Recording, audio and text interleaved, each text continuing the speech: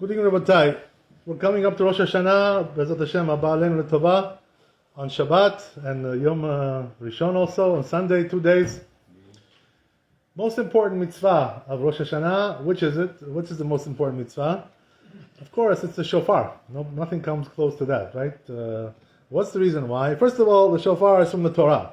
All the other mitzvot on Rosh Hashanah that we do, most of them are not from the Torah.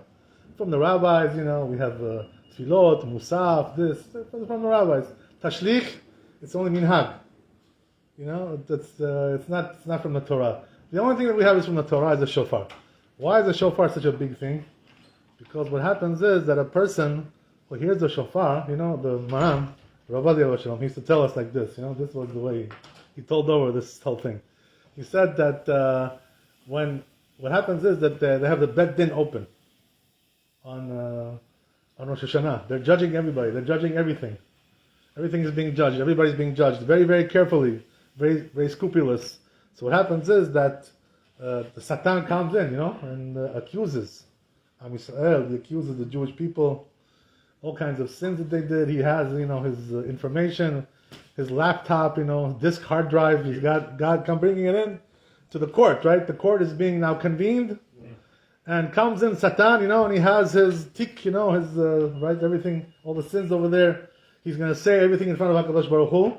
So what happens is, that when this happens, it's a very dangerous time. Because if a person, is going to be judged with the full din of everything that he did, all the sins that he has, who can stand, right? Who can stand with all that judgment? So therefore, the only thing you can really do is to hear the shofar. What happens is, right, that they say, Satan, he's like a malach, he's an angel, but what happens is that he's like a robot, angels are like robots. What does that mean? Whatever you program them, that's what they do, it's like a program, whatever you program it, that's what it does. So what happens is, that when the Satan comes into the Bet Din, and to give the sins of the Am Yisrael, what happens is that he hears the shofar, they're blowing the shofar, tu, tu, tu, tu, tu, tu, tu, tu, tu, tu, tu, tu, and all these shofars. So what does he think? He thinks that, this is big trouble for him. Why big trouble? What's the reason why? Because, right, what does it say? Itaka b'shofar hagadol bayom hahu, right? It says in the Navi. What does that mean? When the time will come, when they'll blow the shofar, when the Geulah occurs, when Mashiach comes, that'll be the last day for the Satan, That's it, finished, right? So his job is over, He's going to retirement. That's it, right? No more. So he knows, right, that when he hears the shofar, that's already the time that his job is over, his time is up. So he gets very scared, when he hears the shofar, the Satan, he gets very scared. He's like, oh, yeah. That's it, right? It's my last day over here, right? I'm done.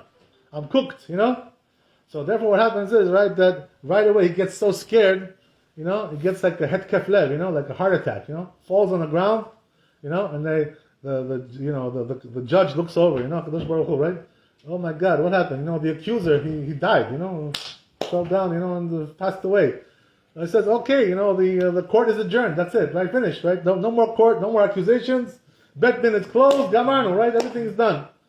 So the only thing which effectuates this kind of thing, this thing, is only the shofar. You understand? The shofar is able to stop the Satan from accusing the Jewish people. And this way, right? The Jewish people come out, everybody clean and good. This way, right? All the accusations are stopped. What's the only way to really get this, to get this benefit? To come to the synagogue, right? And to hear the shofar. You better come, right? You better come to the synagogue, hear the shofar. Come early, don't come late, you may miss it, So then what? You'll get only the shofar of the musaf, that's not good enough, right? You have to hear the beginning of the shofar. After Shabbat, shofar. Right, on Shabbat we don't do shofar, of course, right? What's the reason, by the way, we don't do shofar on Shabbat?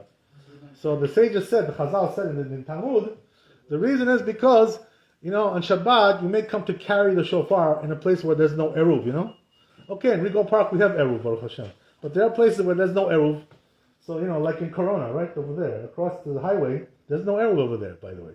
A lot of people living there, a lot of Jewish people living there right now, but there's no eruv. They can't carry on Shabbat. Whoever is carrying on Shabbat over there is breaking Shabbat, Mechalal Shabbat. It's no good, right? Shem Yirachem. So, it's a big mitzvah. The truth is, for the leaders of the community, to figure out some way to build an eruv over there, in Corona. Because, I'm sure that a lot of people are breaking Shabbat. because they're carrying stuff, around. Everybody's going out on Shabbat, going to synagogue, going here, going there. How can you go out? No keys. You can't take your keys. So it's Corona has a problem with that. Okay, that's a different discussion, right? I don't want to get into that right now. But anyway, right, the point is that you may come to carry on Shabbat the shofar in a place where there's no eruv, and it's going to be mechalel Shabbat, Hashem Yinachem. So therefore the rabbi said, no shofar on Shabbat. Let's cancel it out, right? No more. That's it. That's what happened. But here's the interesting thing, right? According to what we said, what did we just say, right? That the shofar prevents people from being accused by the Satan. So is that more important, that people shouldn't come to carry on Shabbat the shofar? This may happen, this may not happen. Who knows? Who knows if it'll happen? So is that so important to nullify the most important mitzvah on Rosh Hashanah and say, don't do the shofar because you may come to carry in the street in the shofar with no eruv. But wait a second, but I'm being accused. There's accusations going on. Now I gotta wait till the second day, right, to hear the shofar, right? Yom Rishon.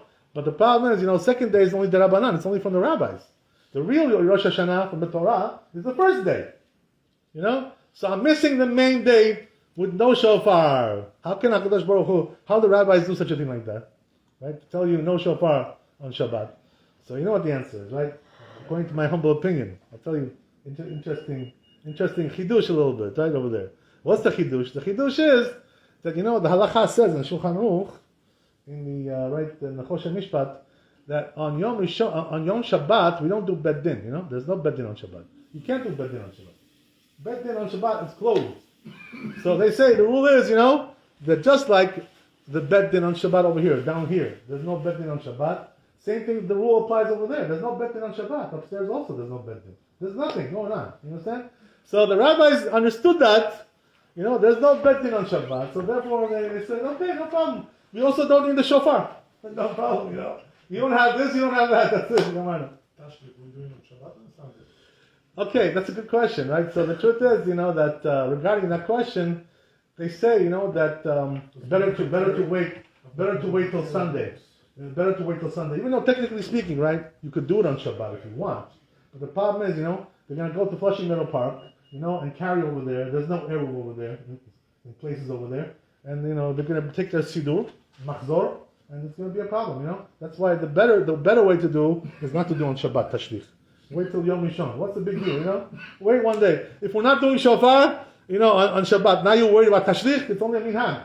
So you can wait. So wait till Sunday, and then, do what you want to do, right? You want to do Tashlich in Flushing Meadow Park, go over there. You want to do Tashlich over here with a bucket, you can do it also here, no problem, right? Whatever makes you happy. And some people like to go over there, some people like to do it here.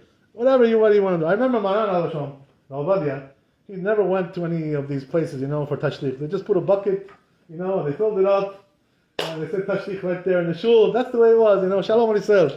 That's the way Maran did it.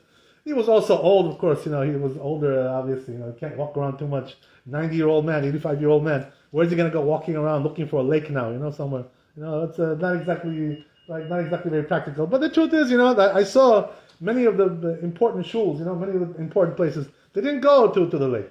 They did it right there in the shul, So, whatever you want to do. I'll tell you one thing, there's a little bit of a disadvantage to going to Flushing Meadow. You know what it is? The disadvantage is that there's pritzut over there. The ladies come there, and men and women together. And this is not so good, So that's also another reason why, some people don't like to go to places like that, whatever. So, it's whatever you think, whatever you want to do. Some people like it over there, some people like it over here. Right? Kol echad lefi darko. Right? Nara upashte. Anyway, getting back to what we said, right? That on Shabbat, as we said, there's no bet din, there's no shofar. Right? So Yom Rishon is going to be the day where, the whole thing happens. Everything is going to be there. The bet din is there, the shofar is there, the tashlich will be there, right? As we said, right? Everything will be on Yom Rishon. So yeah, that's the way it is. So regarding, as we said, right, make sure you hear the shofar. How many voices do we have in the shofar that you have to hear? The most important from the Torah, the shloshim kolot, right? Lamed kolot. All those ones that we do when we're sitting in the synagogue or sitting down after they read the Torah, those are the ones that you have to really hear, the most important one. The other ones that we do in Musaf, it's just a minhag. They added, the rabbis, more kolot. By the way, the Gemara says, why do the rabbis add more? What's the reason why? Isn't it enough from the Torah to do shloshim? He says to confuse the Satan even more. This is the reason why. When he hears more shofar, he gets more confused. So this is the reason why we do it. To put more shofar. So the shofar is a very important thing. So don't miss it. And also you have to be careful about one thing. The person who blows the shofar, okay, has to know how to do it. Somebody has to train him for that. He has to learn the halachot. There are halachot about blowing the shofar. You have to know what you're doing. Don't just say, "Oh yeah, I know how to do it." Do. Okay, but there's rules about that. How to do. You have to know how long each one has to be, the length, duration. You have to know each one what it has to be, where to stop, where to start. You have to know also not to make hefsek, interruption. Not to talk in between and say all kinds of vidui. It's not the time to say vidui when you're doing shofar. Time to listen to the shofar, Vidui is to say a different time. Maran, Rabbi, he was against that, people who do this kind of thing. He didn't like. No vidui, just listen to the shofar. You want to think about teshuvah, very nice, beautiful, but don't talk when you're doing the shofar. It's not proper to do that, because it's like hefsek. Even though some people have a custom, to do all kinds of things doing the shofar, not really the best way. The best way is to just listen. You want to think about doing teshuvah, beautiful, very nice, gorgeous, right? Everything is good. There's also, I'll tell you one more rule and we'll stop here. I don't want to keep you too long. There's one more rule, the shofar, interesting. That, two things I want to tell you. Right? There's tashrat, right? The first one that we do, it's called tashrat. What does that mean? It's tekiyah, the long one, two, and then we do two, right? That's, the middle ones are called, right, shvarim and teruah, exactly. So those middle ones, right, are longer in tashrat because it's double the size. So therefore, says the halakha that because the shin and resh is longer, the tikiyah also has to be as long as that as well. So the tikiyah for that one has to be longer than the one for the other ones because over there it's shorter. So this one is double. So therefore, tikiyah also has to be double. It's halakha, like this. So that's why a person has to know these halachot. If you didn't learn these halachot, who's gonna tell you how to do everything properly? You have to know how to do everything the proper way. And also, there's another halakha regarding this. Regarding tashrat, the first one we do, it's shvarim and teruah, as you said. But here's the thing, right? There's a machloket. The shvarim and the teruah. Should you do it in one breath, the whole thing, one breath, or two breaths? There's machloket in the Rishonim. So it says, therefore, comes the Shulchan Aruch and says, what you should do is, try to fulfill both opinions. How do you do that? For the first one, when we do sitting down, you should do everything in one breath. One breath, and then when you do the musaf, do it in two. This way you fulfill both of the shittot, both of the opinions. So there are all kinds of halachot like this, So a person has to know how to do shofar. If you didn't learn the halachot, better that you should bring somebody more expert, somebody who knows what he's doing, right? Some kind of Talmid Chacham. I remember, when we were in Maran's synagogue, right, in Yom Kippur, and Rosh Hashanah, who would come over there to do the shofar? Moshe Chabusha, was a big chazan, one of the biggest chazanim in the world, so he knew how to do, believe me, when he did shofar, it was like Gan Eden, perfection, everything was perfection. That's how it has to be, have to try to do everything the properly according to halakha. HaKadosh Baruch Hu should help us to have a good judgment and a good new year, wealth, health, happiness, all the good things, amen, amen.